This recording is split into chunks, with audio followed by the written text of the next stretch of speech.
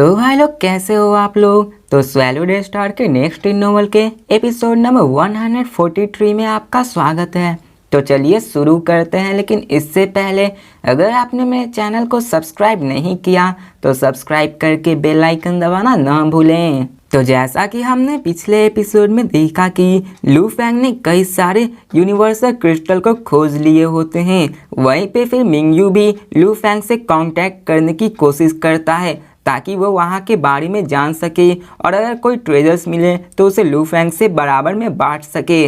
और अब फिर हमें black dragon mountain island 9 star bay का सीन दिखाया जाता है, जहाँ पे लू फैंग वर्चुअल यूनिवर्स में आ चुका होता है। अब लू फैंग अपने घर में आता है क्योंकि लू फैंग ने अपने घर को खरीद लिया होता है। और अब फिर लू फैंग जैसे ही वहाँ आता है, लू फैंग ज्यूजिन को देखता है जो कि अभी न्यूज को चेक कर रही होती है। अब फिर ज्यूजिन जैसे ही लू फैंग को देखती है वो भी हैरान हो जाती है और लू फैंग को कहती है कि तुम कई दिनों से वर्चुअल यूनिवर्स नेटवर्क में नहीं आ रहे थे, तो तुम कहाँ थे। तो लू फैंग कहता है कि मैं थोड़ा बिजी हो गया था, टाइम ही मनी है और मनी ही पावर है।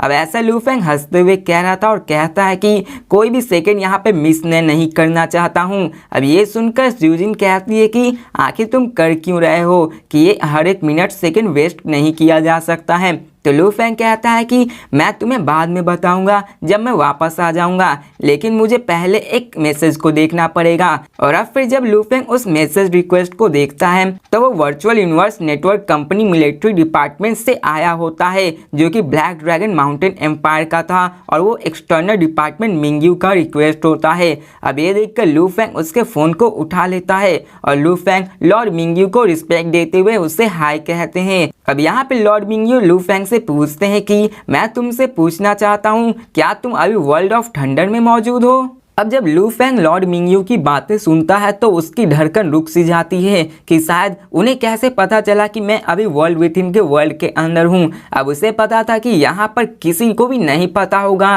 कि यहाँ पे कौन कौन एग्जाम देने आया होगा, लेकिन लू फैंग को लगता है कि शायद उनकी पोजीशन हाई है, इसी कारण उन्होंने इसके बारे में पता लगा लिया है। और फिर लू फैंग ये भी सोचता है कि आखिर लॉर्ड मिंगयू एक डोमेन लॉर्ड होके भी आखिर वो वर्ल्ड विद इन के वर्ल्ड के बारे में कैसे जानते हैं। अब यहाँ पे कहते हैं कि ये इतना भी अजीब नहीं है, मैं यहाँ पर तुम तीनों से बात कर रहा था और तब मुझे पता चला कि तुम लोग यूनिवर्स को एक्सप्लोर कर रहे हो और अपने स्ट्रेंथ को बढ़ाना चाहते हो और यही तुम्हारा मिशन था, इसलिए मैंने सोचा कि तुम लोग यूनिवर्स मर्सनरी ट्रेनिंग एग्जाम में गए ही होगे क्योंकि मैंने तुम सब में वो जज्बा देखा था ताकि तुम लोग स्ट्रांग बन सको। अब यहाँ पे लॉर्ड मिंगयू लू फैंग से बड़े ही फ्रैंक और ओपन होकर बात कर रहे थे। अब यहाँ पे लू फैंग लॉर्ड मिंगयू से पूछता है कि क्या मैं जान सकता हूँ कि आप किस रीजन से मुझे कॉल किए हैं। तो लॉर्ड मिंगयू कहते हैं कि जो world with in a world हुआ है वो इस 10 मिलियन सालों में पहली बार हो रहा है, जो कि इस black dragon mountain star field में बना है और उसे बनाने वाले का नाम काबू है, जिसे थंडर सेक्टर लॉर्ड के नाम से भी जाना जाता है। अब यहाँ पे वो कहते हैं कि लॉर्ड काबू बहुत ज़्यादा लकी थे और वो सेक्टर लॉर्ड के बंदे के अंदर बहुत ज़्यादा पावरफुल और अमीर भी थे और वो अपने ट्रेजर्स के नाम से ही जाना जाते थे। अब ये सुनकर लू फैंग की धड़कन रुक जाती है। तो ये सब सारी बातें सुनकर लू फैंग शॉक हो जाता है और फिर वो लॉर्ड मिंगयू से पूछता है कि आखिर आप सब ने world with in a world के अंदर में क्यों नहीं इंटर किया। अब ये सवाल होंग और थंडर गॉड का भी था, जिसने लू फैंग आखिरकार पूछ ही लिया। तो ये सुनकर मिंगयू कहते हैं कि ये बहुत लंबी स्टोरी है, जब तुम बाहर आओगे तो मैं इसके बारे में बताऊंगा। और यहाँ पे वो बोलता है कि मैंने इस कारण से तुम्हें कॉल किया क्योंकि अंदर नन स्टार लेवल के एक्सप्लोरर को जाने से बैन किया गया है, जिसके कारण वहाँ सिर्फ स्टार लेवल के ही बंदे जा सकते हैं। लेकिन वहाँ पे जो ट्रेजर्स है वो बहुत ज़्यादा कीमती है और इसके पीछे बड़े ऑर्गेनाइजेशन और black dragon mountain star field के बड़े पावर्स ने भी अपने स्टार लेवल 9 की टीम को वहाँ भेजा है ताकि वहाँ के ट्रेजर्स को वो कलेक्ट कर सके। अब ये सुनकर लू फैंग शॉक हो जाता है कि क्या उन सब ने अपने स्टार लेवल 9 के बंदों को भेजा है। अब यहाँ पे वो जानता था कि पूरा black dragon mountain star field में 8000 गैलेक्सीज मौजूद है और जिनमें से सिल्वर ब्लू एम्पायर ही 500 को पोजेस करता है। और यहाँ पे अगर बात की जाए पूरे ब्लैक ड्रैगन माउंटेन एम्पायर की तो उन्होंने मिला कि न जाने कितने सारे स्टार लेवल 9 के वॉरियर्स को भेजे होंगे। अब यहाँ पे लू फैंग उनसे पूछ ही लेता है कि आखिर वहाँ पे कितने स्टार लेवल 9 के वॉरियर्स हैं। तो मिंग्यू कहते हैं कि अगर सारे लोगों को मिला दिया जाए और इलाइट्स और अपर एचलन्स जो कि black dragon mountain star field से हैं और उस समय सेक्टर लॉर्ड भी आए हुए थे, और यहाँ पे अगर पूरे अनुमान लगाया जाए तो total 2 million star level warriors वहाँ पे गए हैं। अब ये सुनकर तो लू फेंग भी शॉक हो जाता है कि क्या 2 मिलियन स्टार लेवल वॉरियर्स। अब लू फेंग के लिए बहुत ज्यादा नंबर था। अब वो कहता है कि यहाँ पर तो 10,000 की संख्या में थे, तब भी ऐसा लग रहा था कि यहाँ पे पूरा भीड़ लगा हुआ है। न जानिए 2 मिलियन कितने ज्यादा पावरफुल होंगे, ये तो समुंदर बना देंगे। और यहाँ पे वो कहता है कि वो सारे स्टार लेवल 9 के वॉरियर्स है, और यहाँ पे अगर यूनिवर्सल लेवल का बंदा भी आ जाए तो न जाने डर के मारे भाग जाएगा, क्योंकि स्टार लेवल 9 के मिलियंस में सोल्जर होने के कारण यूनिवर्सल लेवल का कोई बंदा नहीं टिक सकता है। ये वैसा ही है जैसा अनगिनत चींटी मिलकर एक हाथी को मार सकती हैं। अब लू फेंग को इतना चिंतित देखकर मिंग्यू स्माइल करते हुए बोलता है कि चिंता मत करो, ये सारी टीम अलग अलग के बड़े छोटे फैमिली से बिलोंग करते हैं और वो सारे एक ही के अंदर नहीं आते हैं। कोई डोमेन लॉर्ड के तो कोई यूनिवर्सल लेवल के अंदर आते हैं,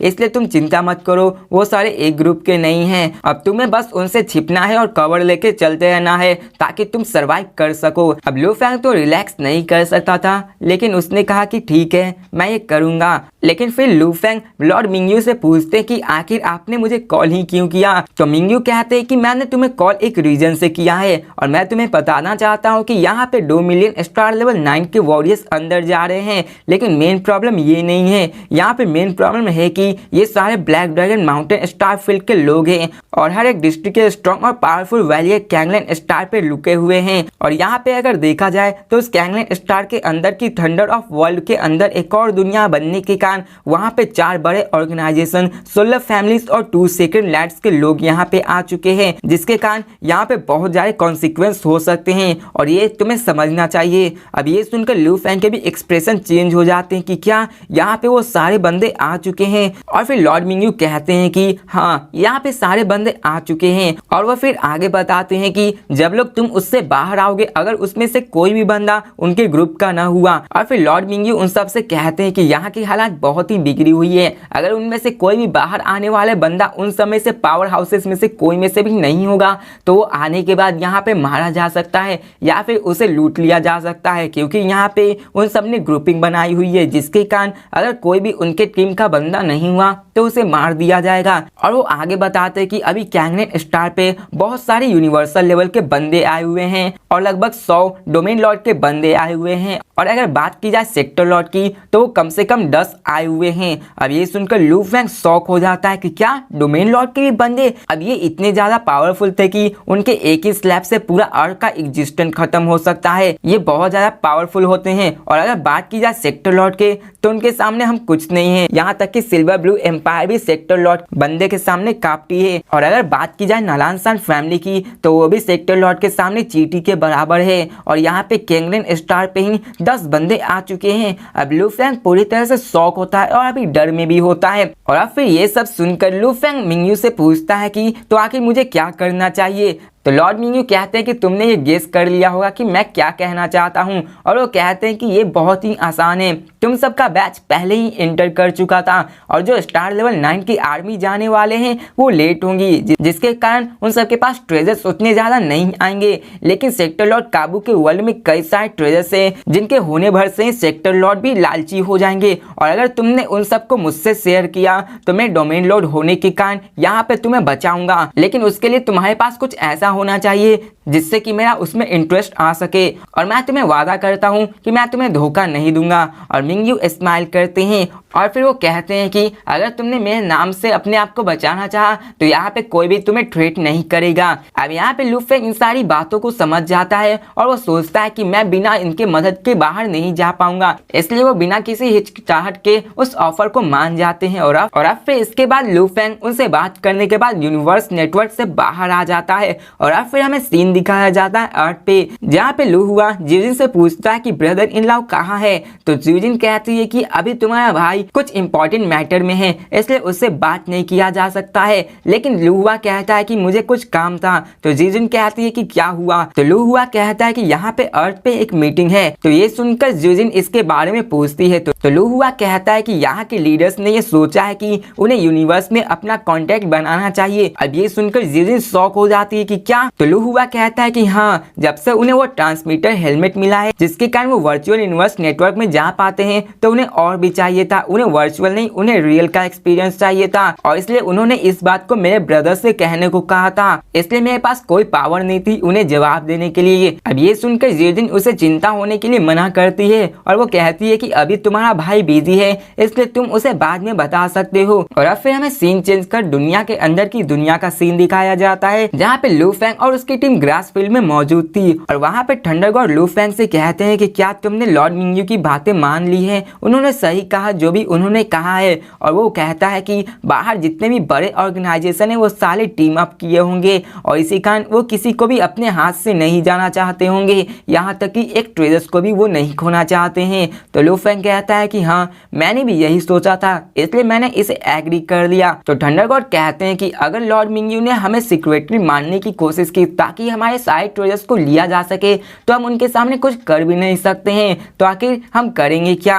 और फिर होंग भी कहते हैं कि हाँ, ये बात है। अब ये सुनकर लू फेंग भी चिंतित हो जाता है, क्योंकि उसने इसके बारे में तो सोचा ही नहीं, और वो जानता था कि अगर वो मिंगयू के साथ काम करेगा तो दूसरे पावर हाउसेस उसे कुछ नहीं करेंगे। लेकिन अगर मिंगयू ने ही अपने आप को बदल लिया और बाद में उसे मार दिया तो आखिर वो क्या करेंगे। अगर वो डोमेन लॉर्ड उसे मारना चाहे तो उनके पलक झपकते ही उन्हें मार देंगे। लेकिन तभी तो भाई लोग, इसी के साथ ये वीडियो भी खत्म होती है। तो मिलते हैं नेक्स्ट वीडियो में और देखते हैं कि लू फेंग इसके बारे में क्या सोचता है। क्या लॉर्ड मिंगयू लू फेंग को धोखा देंगे या फिर नहीं।